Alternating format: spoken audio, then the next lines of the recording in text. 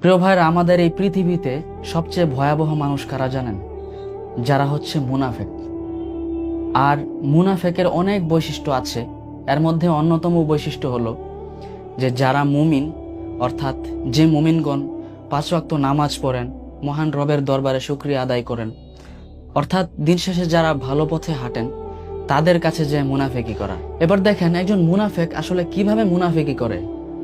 একজন মুনাফেক সে আসলে আমাদের আশপাশে অনেক ভালো মানুষ আছে, তো যারা বিশেষ করে ইমানদার, তাদের কাছে সে খুব ভালো সেজে থাকে বা তাদেরকে বুঝায়, অর্থাৎ ইমানদারদেরকে বুঝায় যে সে খুব ভালো এবং পরহেজগার মানুষ, অর্থাৎ আল্লাহভীরু মানুষ।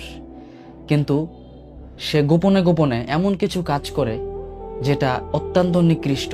অর্থাৎ একজন ইমানদার সে কাজের আশপাশেও যেতে পারে না। দেখেন, এই মুনাফেকের জন্য